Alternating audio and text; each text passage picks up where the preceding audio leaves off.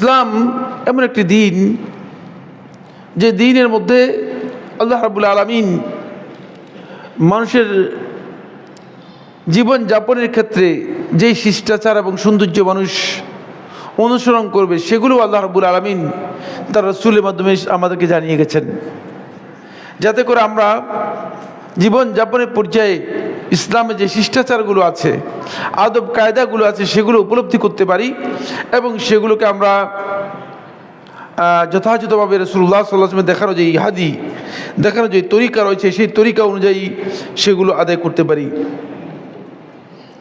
এই জন্যই রাসূলুল্লাহ সাল্লাল্লাহু আলাইহি ওয়াসাল্লাম সুনান ইবনে মাজাহ হাদিসের মধ্যে বর্ণিত হয়েছে, আল্লাহ রাসূল সাল্লাল্লাহু আলাইহি ওয়াসাল্লাম ইরশাদ করেছেন, সাহাবায়ে কেরাম বলেন যে তারাকানা আলা আল মাহজ্জাতিল বাইদা, যে আল্লাহ রাসূল সাল্লাল্লাহু আলাইহি ওয়াসাল্লাম আমাদেরকে সুস্পষ্ট খুবই শুভ্র সুন্দর উজ্জ্বল দ্বীনের উপর রেখে গেছেন, প্রমাণের উপর রেখে গেছেন। লাইলুহা কানাহারিহা, এর অস্পষ্ট বিষয় যেগুলো আমরা মনে করে থাকি এগুলো দ্বীনের মধ্যে স্পষ্ট, এখানে গোপন কিছুই নেই, এখানে শরীয়ত আর মারফতের আলাদা কোনো বিষয় নেই, এখানে মারফতি 60,000 আর শরীয়তি 30,000 এই ধরনের মিথ্যা বক্তব্যের কোনো অবকাশ নেই। এগুলো ডাহা মিথ্যা কথা এবং এগুলোর কারণেই আমাদের সমাজের মধ্যে মুসলিমরা বিভ্রান্তির মধ্যে আছে, বিভ্রাটের মধ্যে আছে।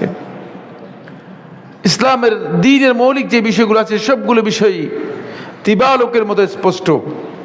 রাসূলুল্লাহ সাল্লাল্লাহু আলাইহি ওয়াসাল্লাম যেমনিভাবে ইবাদতগুলোর বর্ণনা দিয়ে গেছেন, কোন কোন কাজ করলে আল্লাহ রাব্বুল আলামিনের আনুগত্য এবং ইবাদত করা হবে সেই বিষয়গুলো যেভাবে রাসূলুল্লাহ সাল্লাল্লাহু আলাইহি ওয়াসাল্লাম বিবরণ দিয়ে গেছেন, ঠিক অনুরূপভাবে কি কি কাজ ইসলামের মধ্যে শিষ্টাচার এবং আদাবের মধ্যে পড়ে, যেগুলো আমাদের আচার আচরণের মধ্যে আমাদের থাকা দরকার, সেগুলো আল্লাহ রাসূল সাল্লাল্লাহু আলাইহি ওয়াসাল্লাম জীবন যাপনের ক্ষেত্রে আমাদের জন্য প্রয়োজন মনে করেছেন, সেগুলো জানিয়ে গেছেন, কোনটাই ছেড়ে যান নাই।